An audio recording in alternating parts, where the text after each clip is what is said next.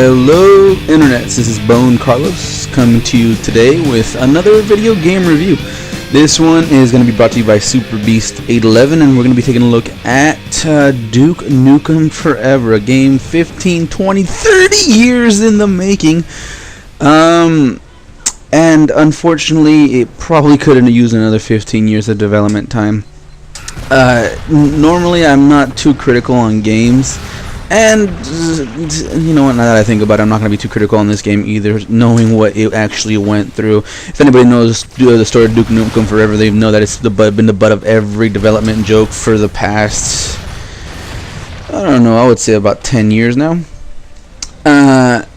With Duke, I mean, it's gone through so many developers, so many setbacks, delays, etc., etc., etc. So I really came into this game not really expecting much, and that's exactly what I got. Everything about it just is just archaic and through no fault of its own. I actually credit the developer who finished this game up. God, I'm drawing a blank. They're the one guy that did Borderlands. For actually just picking up the ball, finishing it up, rushing it in for the touchdown, and just finishing this damn game to get it out of everyone's mind.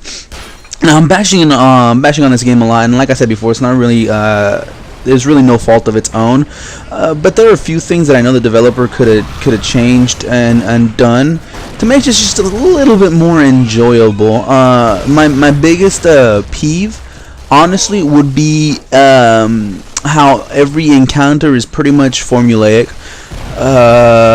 Whenever you get introduced with a new gun, obviously you're going to want to try to untest it, and rightfully so, the developer is going to give you an area to use it on against enemies, such and such, you know, just basic stuff. I mean, you get a new sniper rifle, there's going to be a lot of enemies you can shoot from afar, and that's all well and good when you first get that weapon, but throughout the game, you're going to be noticing that, oh, this enemy can't really be hurt by gunfire. It can only be hurt by rockets. Oh, here's an RPG with unlimited ammo.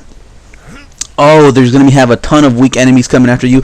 Here's a minigun with unlimited ammo, you know? And it's just stuff like that it was just so formulaic, so easy, so transparent that you're just like, oh, okay, use this gun, take out these swarms of enemy, move on, rinse, and repeat.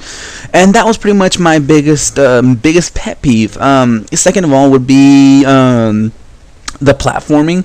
Every once in a while you get shrunk down and you have to platform, but everything was just, you knew where you had to go, which is obviously a platform game. You're gonna figure out where you have to go, and it's pretty simple to figure out. But it was just so obvious that it wasn't any fun at all.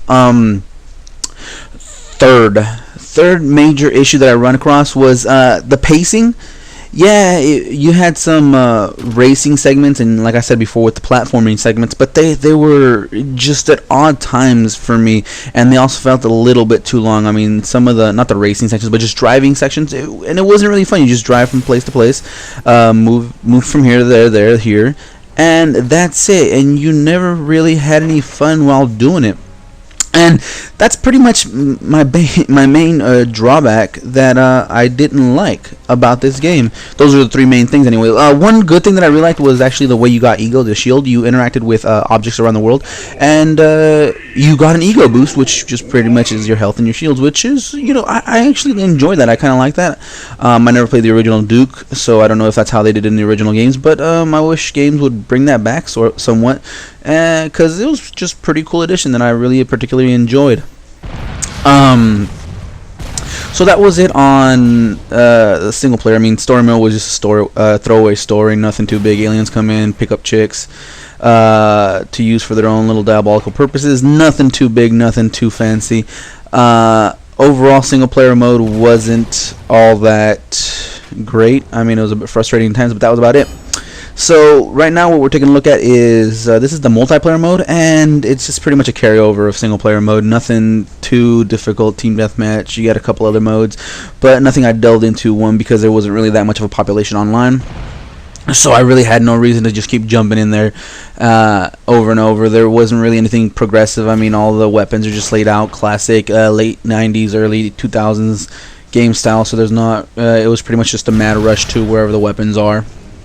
And nothing too out of the ordinary. You could unlock a few things to upgrade your penthouse.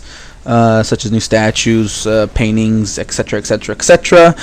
But overall, this is just a really low quality game, and it wasn't anything more than advertised. The whole steroid driven beefcake kind of dude thing is pretty much gone the way of dinosaurs. Just done. So having a game remind you of that fact is just kind of like no big deal. There were some funny moments that I actually enjoyed, like his little quips, his little sayings, and some of them were actually kind of fun. But other than that, nothing too crazy about it. Overall, I'm just going to go ahead and say pass on this. Don't even bother borrowing it from a friend. It's just really just a waste of your time. And that's pretty much my recommendation, my only thing I have to say about it. I hope you guys enjoyed. If not, leave a comment down below, see what I can do to make these videos more enjoyable for you. Also, if there's a game you'd like me to review, let me know in the comments down below, and I'll see what I can do. Just remember, no AAA games, nothing too fanciful, just underappreciated or underperforming games. And I'll catch you guys next week. Later.